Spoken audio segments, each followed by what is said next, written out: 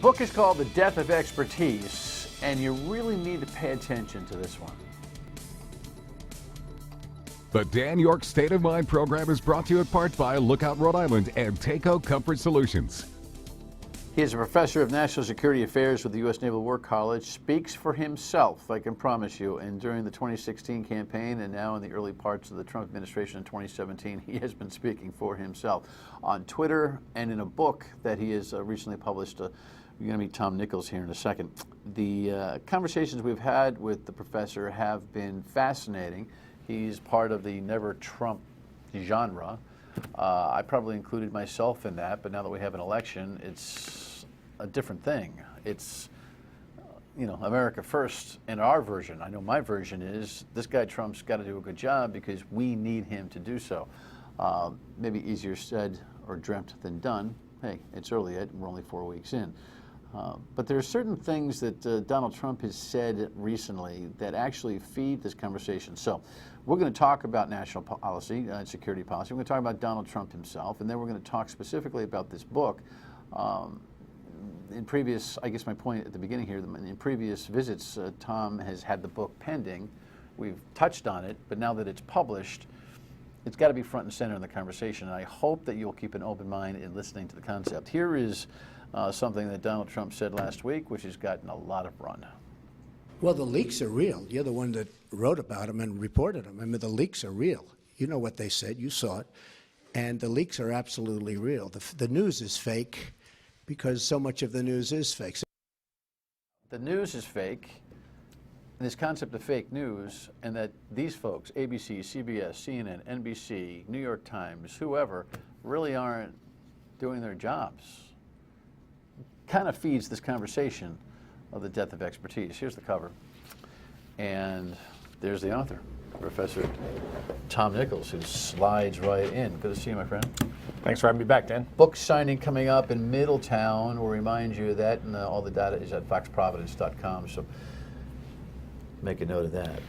I don't think I'm working too hard to tie the two concepts together. I think we've kind of, weaved in and out of this in the past. By the way, we recorded this program yesterday for scheduling reasons. So if something hit the fan between yesterday at 1:30 or 2 o'clock, and now we'll catch up tomorrow, I promise.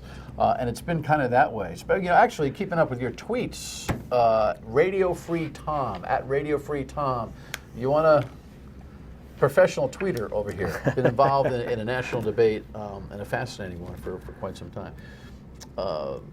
When Donald Trump says that the mainstream media is kind of at war with America, anti-American, and he comes up with this concept of fake news, he has already, I think, done damage to the professionalism reputation of journalists. Absolutely, and it does feed back into this problem about expertise, because part of the reason people doubt experts is because they doubt facts. They don't think they're ever hearing the truth anywhere. We've become an incredibly cynical society where we only want to hear the things we want to hear, and we assume that anybody who disagrees with us is lying and that it's fake news. And I think one place, and thank you for noting at the top of the show, I only speak for myself here. One thing that's worth noting is I think the president, unfortunately, is feeding into this idea that anything you don't happen to like is fake news. And that's a very dangerous idea. I deal primarily with Russia. I come from a background in Russian studies. Fake news is a real thing. It's called propaganda. It's called lies. It's called fake news, real fake news, if there's such a thing. Fake news is something made out of whole cloth. It's a lie. It's intentionally a lie. It's not spin. It's not bias. It's not an error that can later be corrected. It's somebody intentionally creating a story out of whole cloth. Who came up with the title? Was it the Trump campaign? No. Fake news actually predates the Trump campaign by a bit, and where it originated was in this notion. There's another term that most viewers won't be familiar with, astroturfing. Fake news originated in this notion of creating fake websites run by people who happen to be friendly to you. And then you plant a story through those websites. And then you have somebody report on the story through the website. So then it causes a feedback loop until pretty soon real journalists and commentators, people like you, or academics and scholars like me, look and say, well, why is there so much buzz about this on the internet? That's where the term fake news came from, by planting these fake patches of grass on websites that exist only to pump lies that then get fed back into places like the Russian media, who then report on them. So fake news does predate the Trump campaign, but both sides, I would argue, both Trump and Clinton, liberals, Democrats, we've all weaponized this term now to mean if you tell me, if Dan York says something that I don't happen to like, it's fake news. And that is a cynical and very, I would argue, dangerous way to approach the news. Well, you began to write this book well before Donald Trump decided to become the President of the United States. Long before he even ran. Right. This long predates the election. So let's make that distinction. and I think we should just spend some time on the concept of the death of expertise.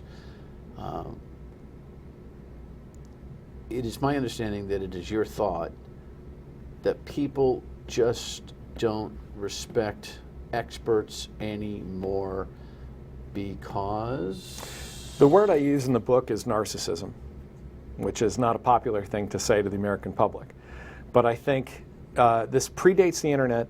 It predates the election.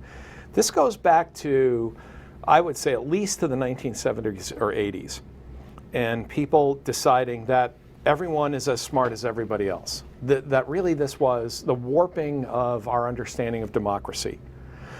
We used to understand, at least in the United States and in Western Europe, we used to understand democracy to mean we're all equal before the law. We're all equal citizens. We all get one vote. Democracy in the late 20th and early 21st century now means I'm as good as you. Your opinion is equal to mine. You're not any smarter than I am. And part of the reason I wrote the book was that a tendency that I had seen in the public started picking up speed. And that was people saying to you, it'd be like me walking in and saying, Dan, you're a broadcaster? Let me talk to you about TV. Let me explain it to you. And you know, people would do that with me. They'd say, you're an expert on Russia? Well, let me tell you about Russia. That's a really weird thing where people come up to experts in their own field and say, I'm going to explain your area of expertise because I have some thoughts on it and you're no smarter about it than I am. That has gotten out of control, and it's now why people argue with their doctors. It's why people don't believe experts in diplomacy. They don't believe economists. They don't believe journalists. They don't believe anybody because they believe, every American now has come to believe that they are as smart as anybody else who was ever born, and that also the internet does play into this. The 24-hour cable news cycle plays into it, where we're awash in information. As I put it in the book, it's kind of like thinking, because there's so much information in the world, you think you're smart, but that's the same thing as thinking that you're a good swimmer because you walked through a rainstorm and you got wet. Well, it's good to know that you think, and I'm sure you've documented throughout the book, that this runs through every field of expertise. Absolutely. Every interest. So this is not just a political review. This is a concept that I find to be incredibly sad, number one. Doctors were actually the biggest constituency when I was doing interviews. There were a lot of people who I talked to who, for professional reasons, had to stay anonymous. But some of the biggest boosters encouraging me to write the book were doctors, not political people. It was doctors who said, I'm just so tired of arguing with patients who think that 2 minutes surfing the internet equals 25 years of medical school and experience. And so, no, it is definitely not a political issue. It is across all fields. I often wonder, I check into the doctor as often as I can to stay ahead of whatever is next, Most men don't. I'm told that I'm a little different. Not a hypochondriac, just trying to, stay on top of things.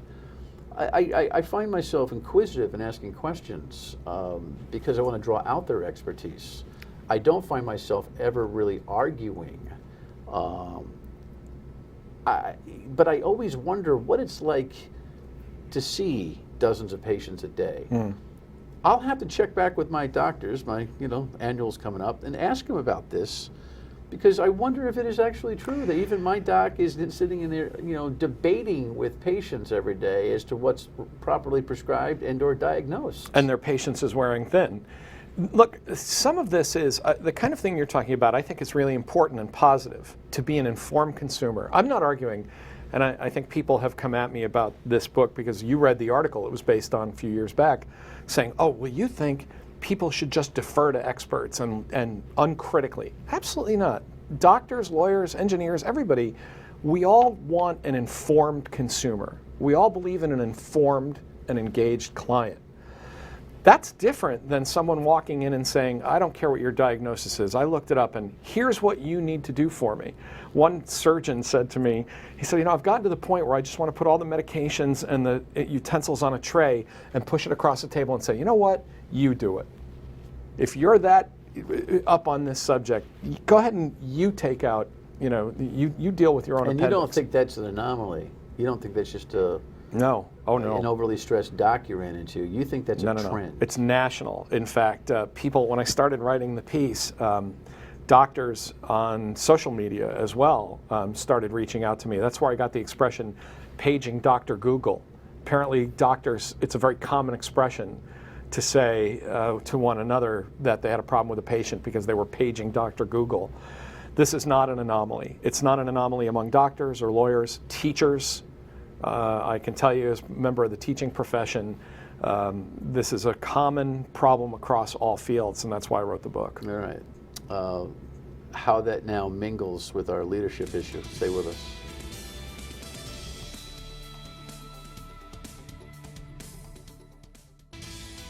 So much of our individual liberties over time. That's how dictators get started. So that's John McCain last week, talking about Donald Trump's conversations about the media. Now look, I don't put myself in the category, and I have to admit, did not need nearly the scholarly discipline to do what I do for a living. So I'm in a field where just about everybody can end up doing what I'm doing. Is there an expertise to doing what I'm doing? Yeah. Will just about any Tom, Dick, or Harry be hired to do what I'm doing on the radio, the television? Yeah. Do they all succeed long term? No. Do I find that people who even fill in on the show, on the radio side, who after 20 minutes say, oh my God, I didn't realize? Yeah. But I've known this feeling from folks that what you do is hardly worthy of my respect. And I don't get that, Tom, I don't, and I'm not looking for it because I have an actualized understanding of what academia I've had to invest in. It's been on-the-job training the entire way, da-da-da-da-da-da. But journalism, and I have a minor in journalism, I've got, I'm not, people confuse me with, and this is the other thing, nobody understands what kind of media is what anymore. Everything is just kind of morphed together, right? But the point about the American media and Donald Trump, the point about John McCain suggesting this is what dictators do, they diminish the media, is really an important conversation, I think, that dovetails from this death of expertise. I don't have a PhD.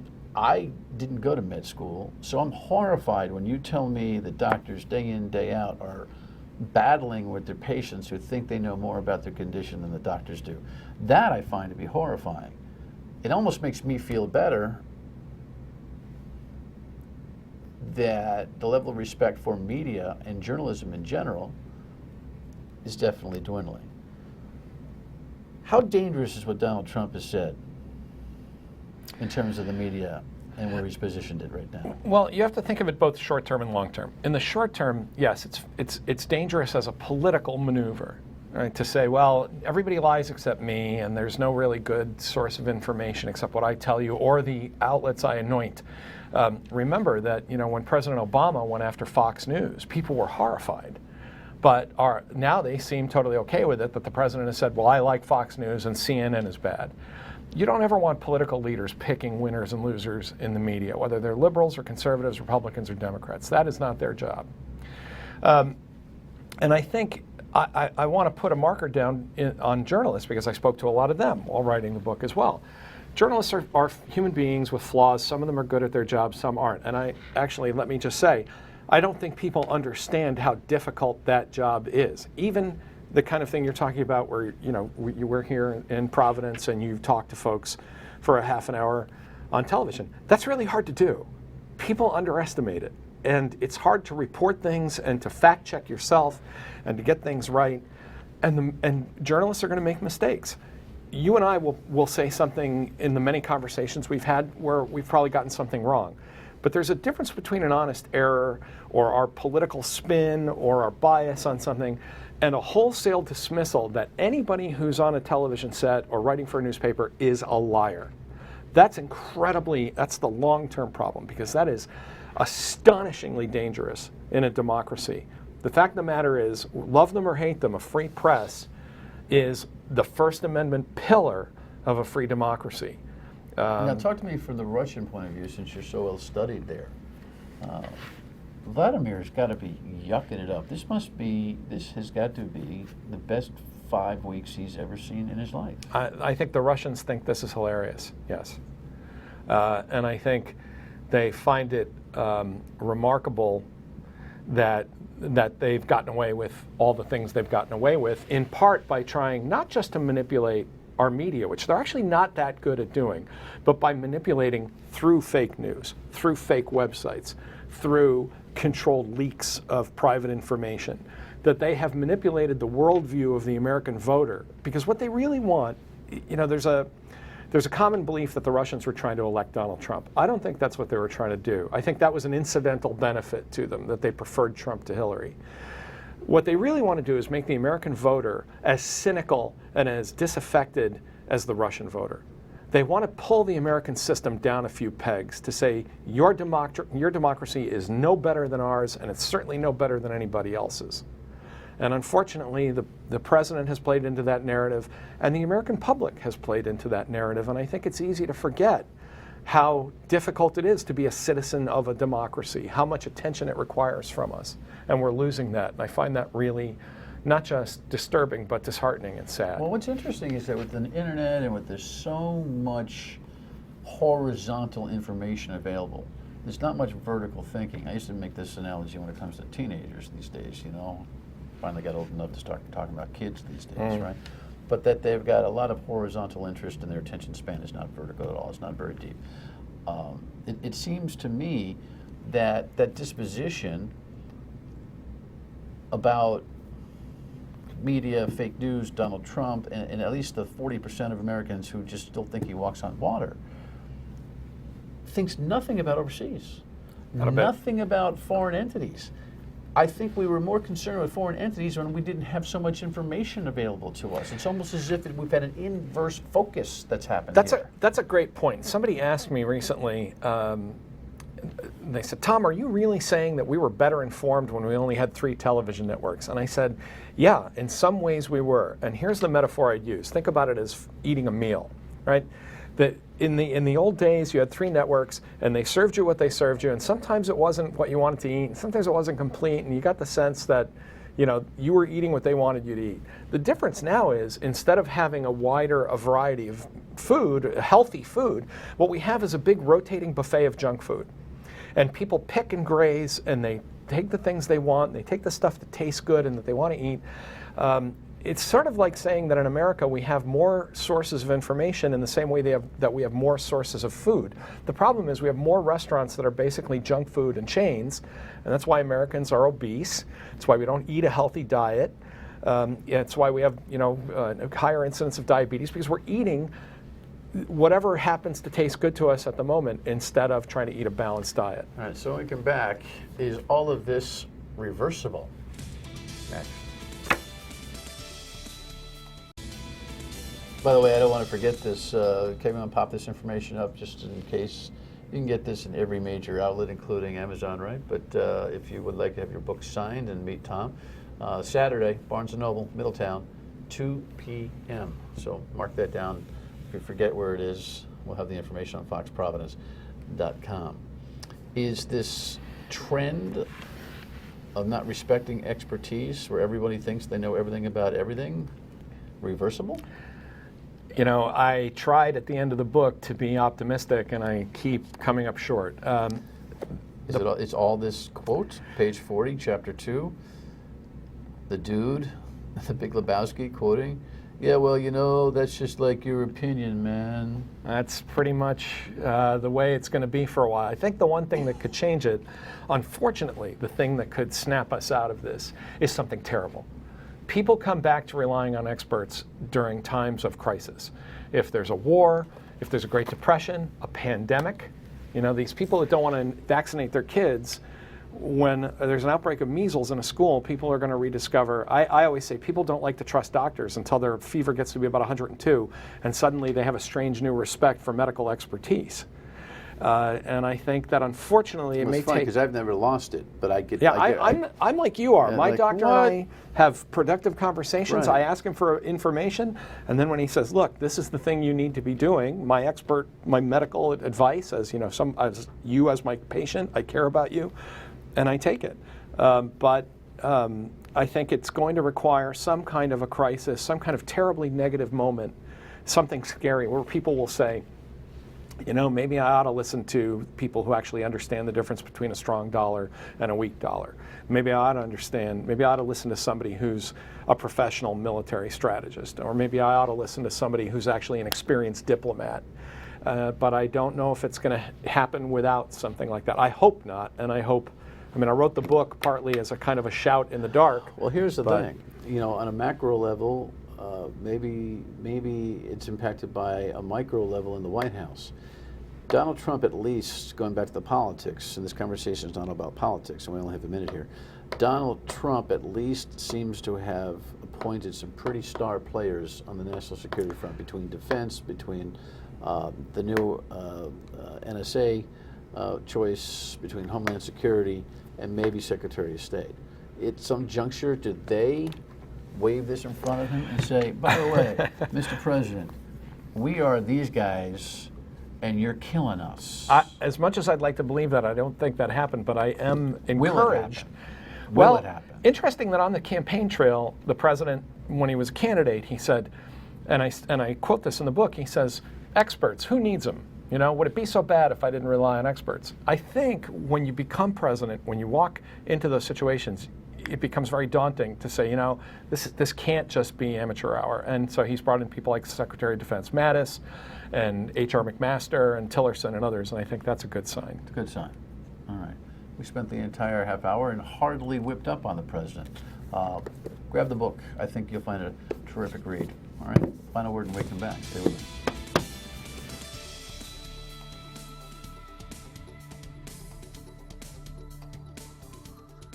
I don't know. I'm just not the type to tell my doctor what he's supposed to think. That is, it's not that when you go to a hospital you shouldn't be double checking to make sure everything is clean and the procedures aren't being done well. I think you understand the difference between the two, right? The death of expertise. I would pick it up. foxprovidence.com. See you tomorrow at 3 on the radio on WPRO, and tomorrow night we'll talk to some fire chiefs about safety in the home. We don't need these tragedies, needless tragedies.